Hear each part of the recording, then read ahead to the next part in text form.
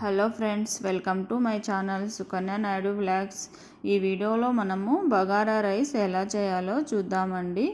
ఇది పెరుగు పచ్చడైనా వేసుకొని తినచ్చు, లేదంటే నాన్ వెజ్ చికెన్లోకైనా మటన్లోకైనా దేంట్లోకైనా కూడా బాగుంటుందండి. ఇలా ఒకసారి చేయండి మీరు కూడా.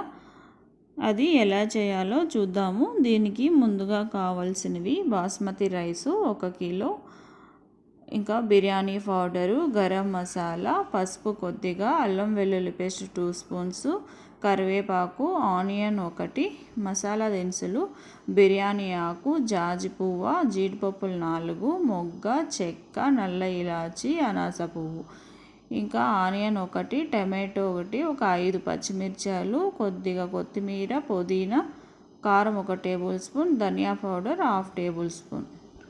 ఇంకా మనము రైస్ని గ్లాస్తో కొలుచుకొని వాటర్ వేసి బాగా కడిగి నానబెట్టుకోవాలండి. రైసు మనకు ఒక 1/2 అవర్ నానబెట్టుకుంటే సరిపోతుందండి. రైసు బాగా సాఫ్ట్గా వస్తుంది. ఇంకా రైస్ నానేలోపు ఈలోపు మనము స్టవ్ పైన ఒక పాత్ర పెట్టుకొని అందులోకి ఆయిల్ వేసి, ఆయిల్ వేడైన తర్వాత పోపు వేసుకొని మనం ఆల్రెడీ చూపించిన మసాలా దినుసులన్నీ వేసేసుకొని ఆనియను, కరివేపాకు, పచ్చిమిర్చి కూడా వేసుకొని వేయించుకోవాలి.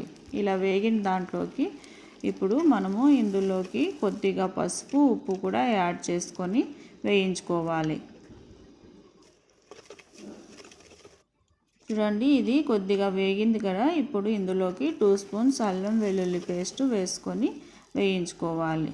అది కొద్దిగా వేగిన తర్వాత ఇందులోకి garam masala, biryani powder 1 tablespoon, dhania powder, కారం 1 టేబుల్ స్పూన్ వేసుకొని వేయించుకోవాలి. అది కూడా వేగిన తర్వాత టమాటో, పుదీనా కూడా వేసుకొని వేయించుకునేసేయాలి. చూడండి, మనకు తెలుస్తుంది కదా ఆయిల్ అంతా పైకి వచ్చింది. ఇప్పుడు మనకు అంతా అది వేగిపోయిందని.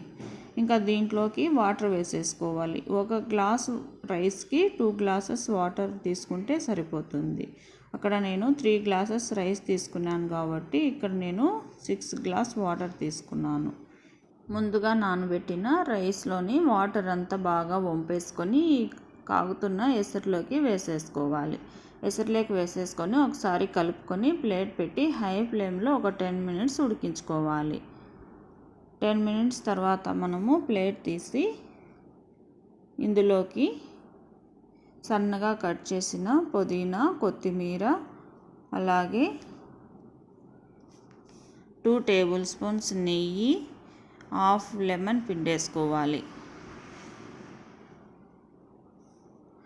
ఇవంతా పిండుకున్న తర్వాత ఒకసారి కలుపుకోవాలి. మరీ ఎక్కువ కలుపుకోకుండా తక్కువగా కలుపుకోవాలి. ఎక్కువగా కలిపేస్తే రైస్ విరిగిపోతుందండి. అందుకని లైట్గా అట్లా కలుపుకొని ప్లేట్ పెట్టేసి లో ఫ్లేమ్లో ఒక 10 మినిట్స్ మనము ఉడికించుకోవాలి.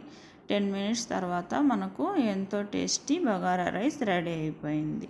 చూడండి, చూస్తూనే మనకు తినాలనిపించేస్తుంది కదా అండి. మీరు కూడా ఈ పద్ధతిలో ఒకసారి ట్రై చేసి ఎలా వచ్చిందో నాకు కామెంట్ చేయండి. ఇంకా ఇలా రెడీ అయిన బగారా రైస్ని ప్లేట్లోకి తీసుకొని సర్వ్ చేసుకోవడమే. మీకు ఈ వీడియో నచ్చినట్లయితే లైక్ చేయండి, షేర్ చేయండి, సబ్స్క్రైబ్ చేయండి. Thanks for your watching.